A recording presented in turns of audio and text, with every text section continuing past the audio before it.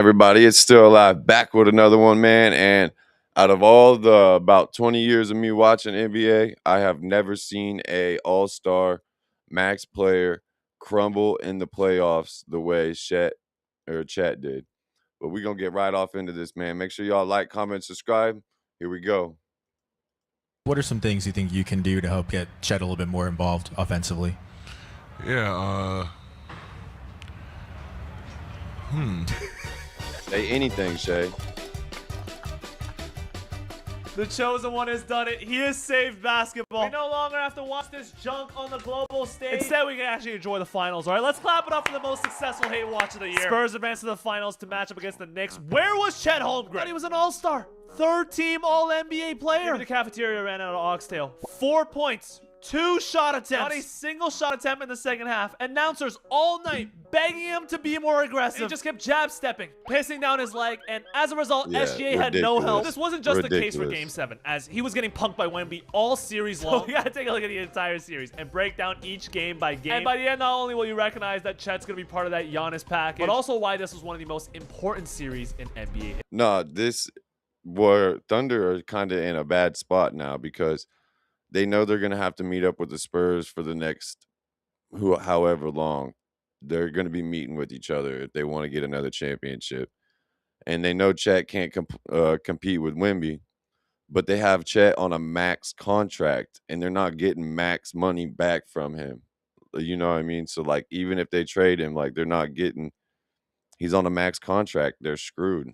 History. Starting with game 1, where they announced the MVP winner right in front of the monk. All right, look at his eyes. He's ready to kill. Ready to channel his chi, you know what I'm saying? Because he drops 41 and 24, the greatest conference final debut I've ever seen in my life. It's this ridiculous 3 to send the game into double OT. And in that same double overtime, he proceeds to talk all over Chet. Even though Chet tried cheating his dick off, stepping on Wemby's foot during a free throw, the Spurs take game 1. But then we get game 2. And this is where the controversy starts. Because OKC just starts getting shameless. All right, look at Isaiah Joe. The referee started becoming a discussion after this game because, I mean, that's right in front of his eyes. Pulling on dreads was legal, and then you had compilations of Isaiah Hartenstein grabbing, holding, hooking Wemby on every single rebound. It's honestly hilarious. All right, SGA falling on 7 different shot attempts, diving all over the floor. This is my favorite one. Like, why did he do that? So after this game, the Discord He falls on every shot. Started getting ridiculous. First, you got Dylan Brooks promoting a game called Unethical Hoop, a spin-off on the game Operation. But this time, you're trying to grab basketballs off SGA without fouling him. And Chase flopping became such a hot topic that even analytic nerds were on his ass. You got this guy right here, Tom Harris Show, Shiny Noggin, tracking over 1,000 shots for SGA. I mean, just imagine that. This guy's just at home watching SGA fall instead of taking care of his kids. SGA falls twice as often as his peers. So with this article and an absolute masterclass of a refereeing job, nobody cared that the Spurs had 21 turnovers, okay? Including Stephon Castle, who had 9 himself. Nobody was talking about this. Instead, everybody was talking about OKC's 6-man, or Shea's flopping. And so in game 3, Spurs fans decided to let him hear it. Castle a chance to calm down a little bit and get off. It didn't matter because the refs were... Wait, if you were locked up at any Illinois juvenile detention center. Man, these AI ass ads. 2026. Stay informed. Arguably even worse than this one. The same no calls that Isaiah Hartenstein was getting the benefit of in game 2 weren't being granted towards Wembanyama. But to add more fuel to the fire, you also had back-to-back chase-down fouls committed by the Thunder. That would absolutely get you jumped at the wreck, all right? In my opinion, I see both sides of it, right? It's the playoffs. You don't want to give up any easy buckets. From the Thunder perspective, those are just hard fouls. They're just sending them to the line, making them earn 2, right? But if you're Stephon Castle, and this happens to you on back-to-back breakaways, I'm not gonna lie, if it was me, come catch a fade, you know what I'm saying? I'm fighting, because it's dangerous. You would get kicked. Boy, let's be honest. You was not fighting, catching a fade with nobody on the NBA court. Come catch a fade, you know what I'm saying? I'm fighting, because it's dangerous. You would get kicked out of the gym immediately for doing this. Which is why you see the reaction here by Vassell, backing up his teammate, right? A little brawl starts. Got Isaiah Joe here, faking out the It was pretty funny, but everyone on the globe is talking about fouls. I mean, look at this. You got my guys in China making fun of Shea, standing up to the free throw line in a one-on-one game.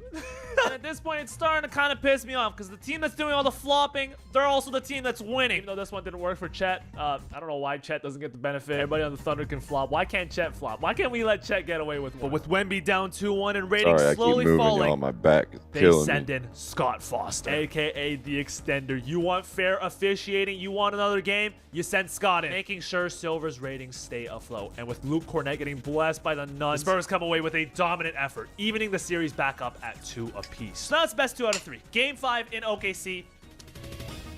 The sixth man is back. Tony Brothers gets assigned to this game. You already knew the outcome. It didn't matter how good of a defensive job the Spurs could play because buckets were getting taken away. All right, first you had CHET goaltending. Then you had the ball bounce out of bounds off Chet's foot. Ridiculous. Guess whose ball this was?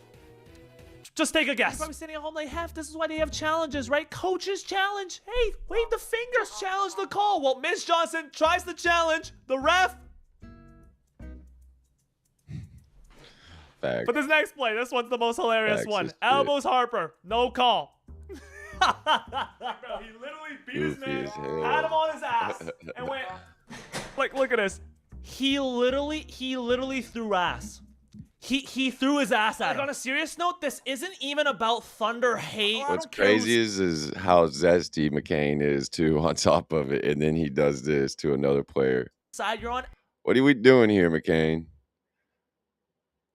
Jared, you look a little too comfortable in that position. What are we doing?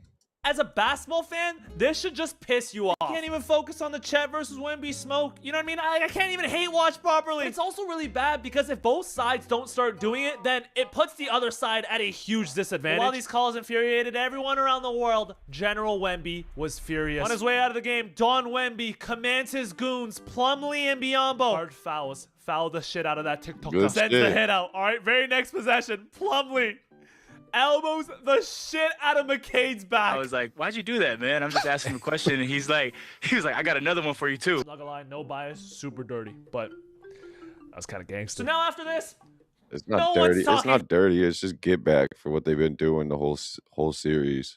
Hoops. Everyone's talking foul. This was so bad that even Commissioner Silver had to get involved. How about the flopping? Flopping? Big conversation, Mr. Commissioner. So, yeah, it's been a conversation.